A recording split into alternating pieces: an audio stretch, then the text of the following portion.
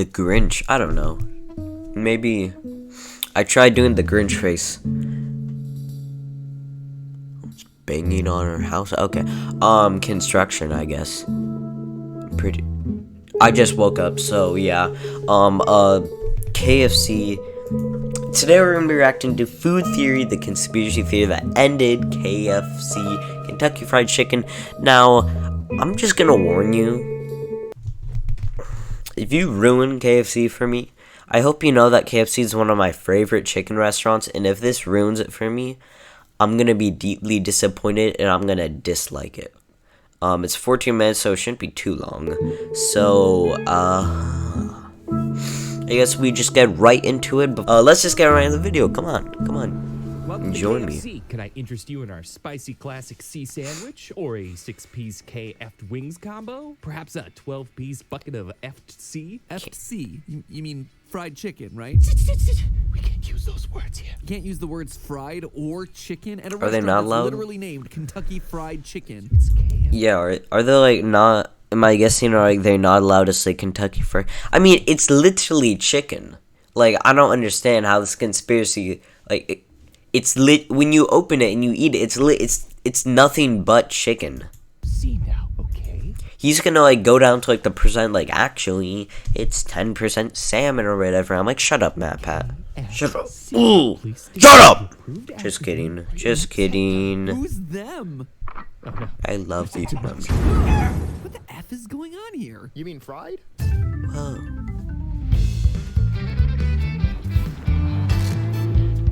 Do.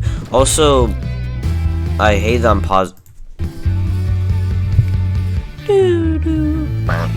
I hate that I'm pausing, but this came out like maybe 17 minutes ago. I just want to put that out. Food Theory, which will now be rebranding as FT. Shoot, that actually gets confusing with Film Theory. Foot.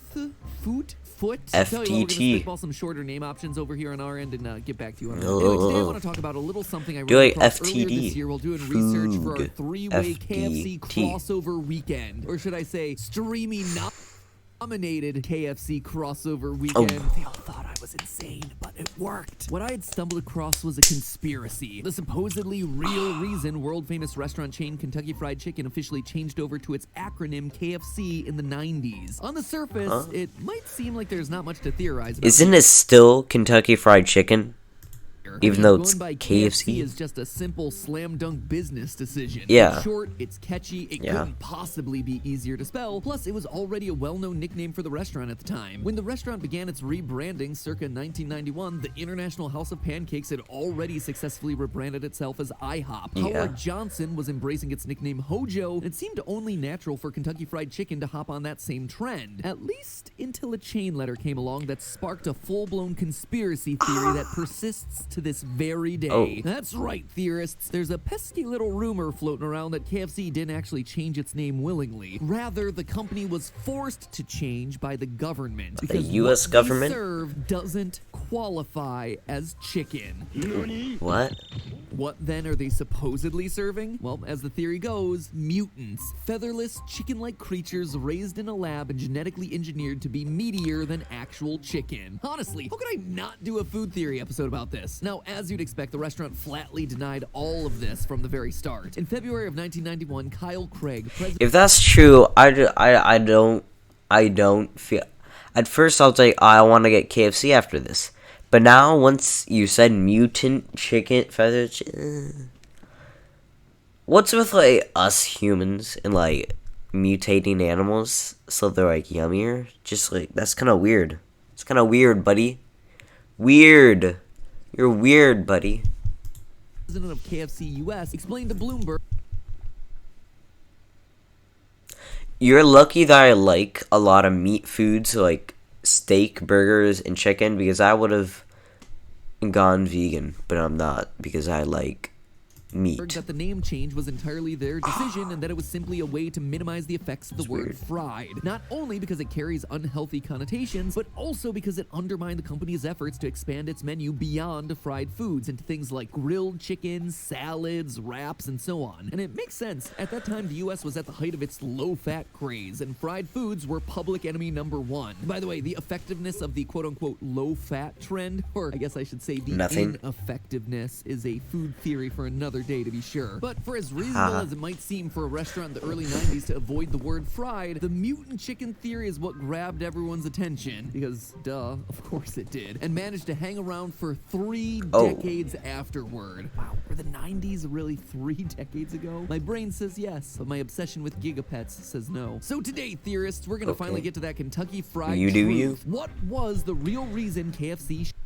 shortened its name? Was it the restaurant's choice, or were they forced to change it? Is there actually a conspiracy at play here? Look, I'll admit it, I really want there to be a genetically engineered chicken conspiracy. Like, I borderline need this to happen, but I promise to stay as objective as possible. Even I though know. I'm literally salivating right now at the prospect of a mutant chicken KFC thumbnail. And since No. we're going to be reviewing other No, people's you might want your mutant chicken, but I don't.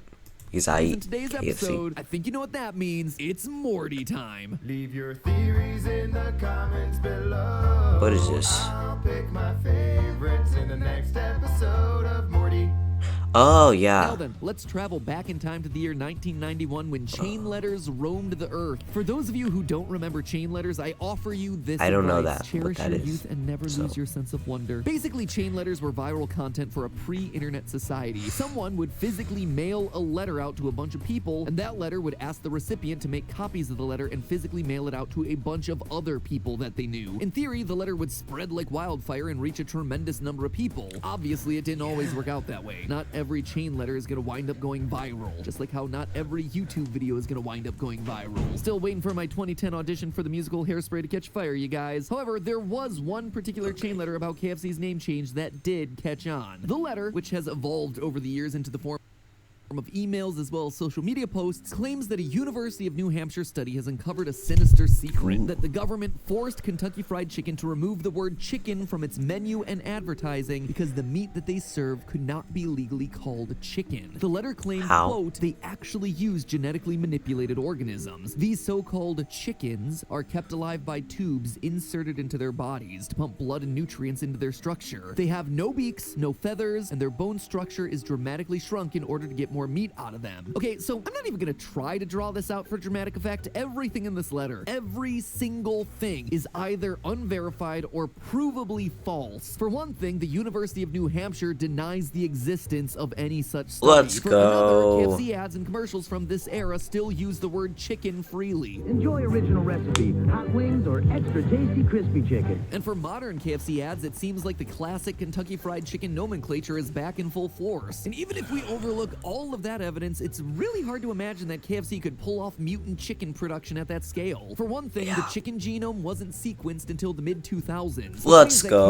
KFC would have been hard pressed to That's a alter dub. its chickens aside from selectively breeding Yeah. them for desired traits. And even if That's a KFC dub. raised its own chicken, Dub for which KFC. they don't, That's they a pausing. purchase chickens from Okay. thousands of I don't know. independent farmers, but even if they did raise some sort of lab-grown mutant chickens in their own facility somewhere, we'd have to believe that KFC managed to keep the entire conspiracy secret for 30 years. And not Yeah. only that, but when the government finds out about this outrageously cruel operation, instead of asking KFC to, stop, all they did was ask KFC to refrain from using the word chicken in its name. And as repayment for this unthinkably gracious slap on the wrist, KFC turns around and continues using the word chicken on its menu and ads anyway. I mean, I ventured into this mutant chicken theory with an open heart and a tinfoil wrapped mind. The whole government said we couldn't use the word chicken, and also our KFC geneticists are literally decades ahead of every other scientist in the world. Probably. It's just a bridge too far, even for me. Sadly, this one's gonna get stamped as 100% theory certified false. Okay, what is... Okay, the Wi-Fi, I'm sorry. It keeps pausing. I was holding out hope that there'd be some rational. Alright, for like fact-based 1 reason second. that this theory keeps resurfacing, but nothing more than misinformation that keeps Not pausing, finding but, new like, kinda audiences to skipping a fool. second. So that's it, right? The truth about KFC's name change is that it's just a finger-licking, boring business Good, decision good, to get rid of good. the word End it on that. End it. not so fast, because there's another more recent theory floating around. What's interesting about this one, aside from I'm not the gonna fact that throw it's my 100% things. mutant-free, is that it claims the name change came about not because KFC was forbidden to use the word fried or chicken, but because the company wasn't allowed to use the word Kentucky?